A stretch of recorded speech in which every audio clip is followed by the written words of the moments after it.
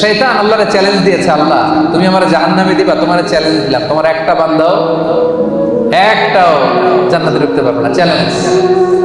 এগুলারে আমি মদ খাওয়াবো, বিয়ার খাওয়াবো, গাঁজা খাওয়াবো, এগুলারে দিয়ে আমি পরকিয়া করাবো, অন্যায় করাবো, সবগুলারে আমি একা যাবো না জাহান্নামে, সবগুলারে নিয়ে জামাতের সাথে আমি জাহান্নামে একটারও তুমি ক্ষমা করতে পারবে।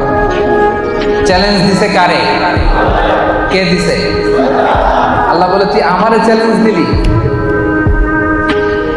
আমি আল্লাহর সাথে চ্যালেঞ্জ, ওয়া ইজ্জাতি ওয়া জালালি, যা আমিও তোর চ্যালেঞ্জ দিলাম, দ্য চ্যালেঞ্জ ইজ টেকেন, আমিও চ্যালেঞ্জ দিলাম, তবে আমি আল্লাহর ইজ্জতের কসম, আমি আল্লাহর আমার জালালিয়াতের কসম, আমার বান্দা সারা জীবন ভুল করবে, অন্যায় করবে, অপরাধ করবে, জুলুম করবে, কিন্তু একদিন মসজিদে এসে, একদিন তাফসীরের ময়দানে এসে তওবার ওয়াজ শুনে চোখের পানি ছেড়ে তওবা করবে, আমি সবগুলার মাফ করে জান্নাতীদের কাতারে নাম তুলে দেব।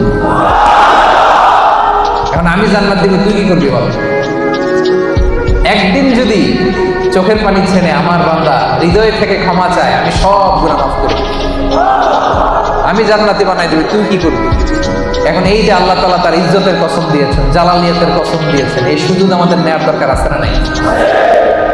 আমাদের ভুল যত বড়ই হোক, অন্যায় যত বড়ই হোক, আল্লাহর দয়া তার চাইতে ছোট না বড়? আজকে থেকে আমরা তওবা করব সেপাঙের ভাইয়েরা, আজকে থেকে, আজকের দিনটা হবে, আজকের রাতটা হবে আমাদের লাইফে একটা টার্নিং পয়েন্ট।